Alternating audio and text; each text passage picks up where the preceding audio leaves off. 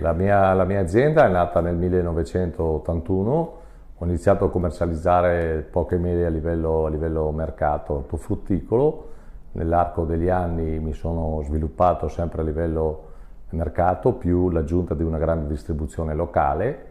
e percorrendo questa strada e vedendo che i mercati diventavano sempre più stretti, sempre più competitivi, abbiamo iniziato ad esportare. Abbiamo esportato sempre in più paesi, fino arrivando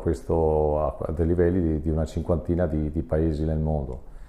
Non ultimo, vedendo che ci serviva un tipo di prodotto perché fosse idoneo all'esportazione e alle esigenze delle persone che ce lo richiedevano, abbiamo creato una sinergia sul territorio con un insieme di produttori. Questi produttori, i primi che abbiamo iniziato a collaborare, sono da circa 30 anni. Abbiamo delle famiglie storiche che hanno sempre creduto in noi, ci hanno sempre dato la possibilità di avere un dialogo e un rapporto trasparente. Oggi abbiamo creato un gruppo fidelizzato dove stiamo cercando tutti insieme di sviluppare le esigenze dei consumatori, molto sempre più attente alla salute, sempre più attente al territorio e al modo di lavorare molto, molto trasparente. Dopo questi passaggi, 15 anni fa, abbiamo costruito il primo stabilimento importante qua a Bussolengo, su 4 piani, che ci ha permesso di migliorare le nostre strategie commerciali e di lavorazione e di stoccaggio di prodotto, pensando che fosse lo stabilimento della vita, ma dopo 15 anni, come voi oggi siete venuti a vedere, abbiamo visto che quello che ci serviva non era più adatto al tipo di stabilimento che avevamo. Una cosa molto importante che ai primi posti abbiamo visto anche in questi momenti un po' delicati di economia, ma di investire, è stata lo stoccaggio.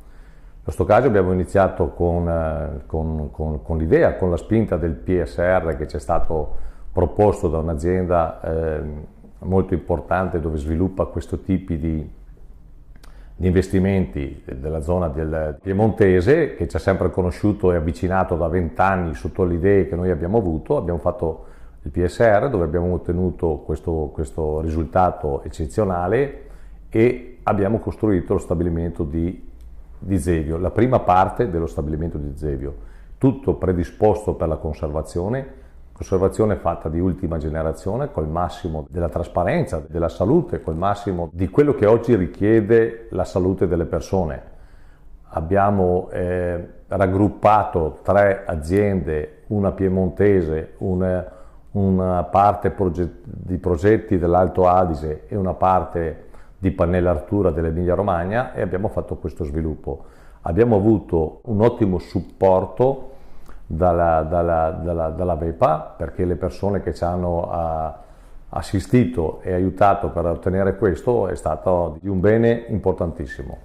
Questa è la prima parte dell'investimento di Zevio, perché il totale del magazzino di Zevio è di dimensioni molto importanti, che nell'arco degli anni, se e come noi ci crediamo, le economie ce le permettono di far squadra, di far gruppo, di fare sistema, noi vorremmo sempre di più sviluppare.